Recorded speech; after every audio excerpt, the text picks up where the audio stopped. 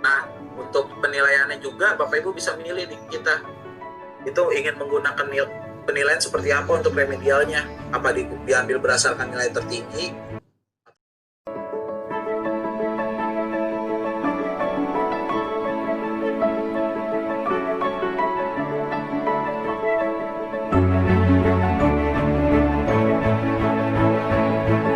Perusahaan.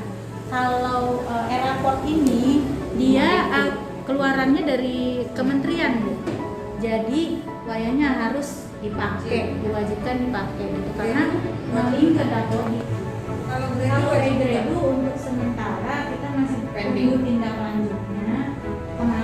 Assalamualaikum Ibu Ketua Gugus dan Ibu K3S. Ini para atlet Gugus 5 sedang pembinaan sama Pak Gilang. Ada Bu Arlin, Pak Suranto, Pak Yayan, Pak Mul, Bu Nopi, ini Bu Atik, Bu Ecin, Bu Tias, Pak Nana, Pak Surya, Pak Marno.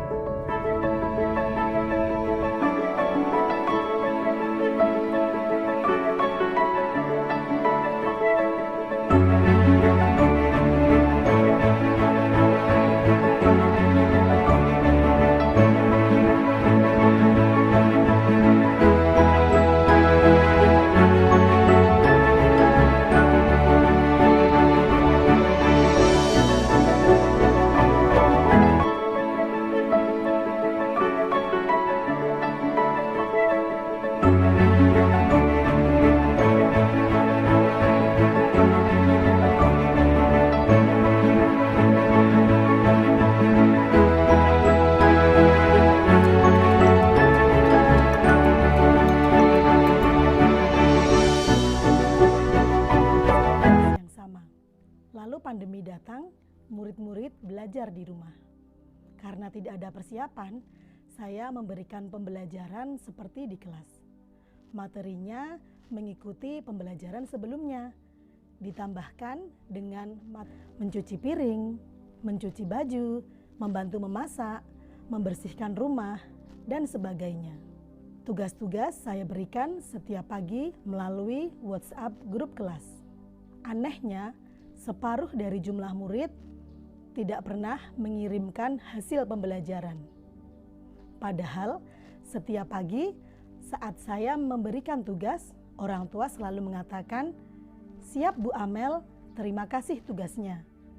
Tapi saya tunggu sampai hari berikutnya, tugas-tugas itu tidak pernah ada. Semakin lama, komunikasi di grup WhatsApp kelas semakin lemah. Sedikit sekali orang tua yang merespon. Padahal saya membutuhkan bukti bahwa murid tetap belajar di rumah. Orang tua juga protes. "Bu, kok tugasnya mencuci? Kalau gini kan anak saya tidak belajar." Orang tua masih merasa bahwa belajar itu membaca, menulis, dan berhitung. Tantangan datang lagi ketika salah seorang murid harus dititipkan di rumah neneknya. Kondisi nenek tidak dapat membaca dan tidak memiliki HP Android. Wah, komunikasinya menjadi sangat sulit. Saya kebingungan. Bagaimana sih seharusnya pembelajaran jarak jauh? Bagaimana cara saya menjangkau murid-murid? Apa materi yang harus saya berikan kepada murid-murid? Kemudian saya melakukan refleksi. Kira-kira apa ya penyebab kelas saya sepi? Lalu saya mulai belajar. Saya ikuti berbagai webinar, saya bertanya kepada guru-guru senior, dan saya mengobrol dengan rekan-rekan guru yang lain. Ternyata ada satu hal penting yang belum saya lakukan. saya belum melakukan asesmen. Saya segera melakukan asesmen non-kognitif. Apa itu asesmen non-kognitif? Asesmen non-kognitif merupakan cara untuk mengumpulkan data tentang kondisi lingkungan dan sosial murid selama belajar di rumah. Datanya meliputi siapa saja pendamping murid belajar di rumah, kapan waktunya murid belajar ketika di rumah, aktivitas apa yang disukai murid ketika belajar di rumah, dan yang penting harapan orang tua terhadap anaknya. Dari hasil asesmen tadi, saya dan orang tua membuat kesepakatan-kesepakatan.